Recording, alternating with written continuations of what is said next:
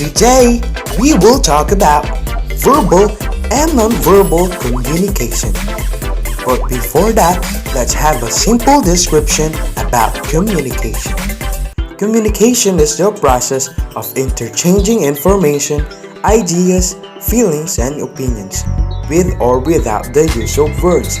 Meaning, communication is not dependent on words, it is possible even without the use of words.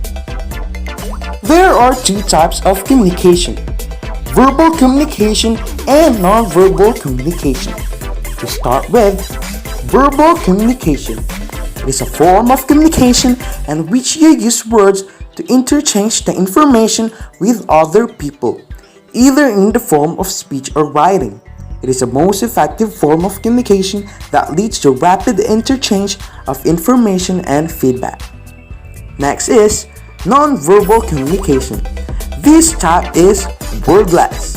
It does not use words for communicating anything, but some other modes are used, where communication takes place by way of unspoken or unwritten messages such as body language, facial expressions, sign language, and so forth. Here are some examples of verbal communication. First, talking with your friends. Next is group chat conversation. Non-verbal communication examples. This guy is waving. That means he is greeting.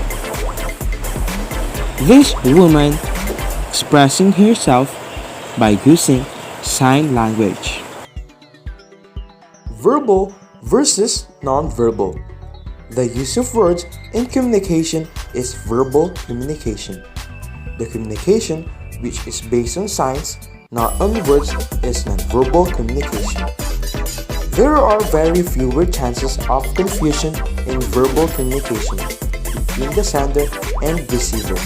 Conversely, the chances of misunderstanding and confusion in non-verbal communication are very much as the use of language is not done. In the verbal communication, the interchange of the message is very fast, which leads to rapid feedback. In opposition to this, the verbal communication is based more on understanding, which takes time, and hence it is comparatively slow. In verbal communication, the presence of sender and receiver is not necessary in the place of communication, as it can also be done at different locations. On the other hand, for an effective nonverbal communication, both sender and receiver must be there at the same time of communication. In verbal communication, the documentary evidence is maintained if the communication is formal or written, but there is no conclusive evidence in case of nonverbal communication. Verbal communication fulfills the most natural desire of humans' thought.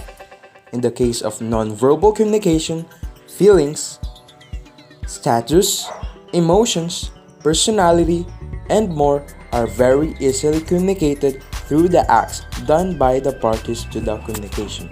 As a conclusion, verbal and nonverbal communication are not contradictory to each other, but they are complementary. As somebody has rightly said, actions are louder than words. In short, both go side by side and helps a human being to interact and respond to other human beings. Verbal communication is obviously an important part of life as we use words to communicate. But have you ever thought that a small baby cannot use language or words to speak, but he chooses signs to show his anger, happiness, and sorrow? Similarly, deaf and dumb persons also uses sign language for communicating with other people.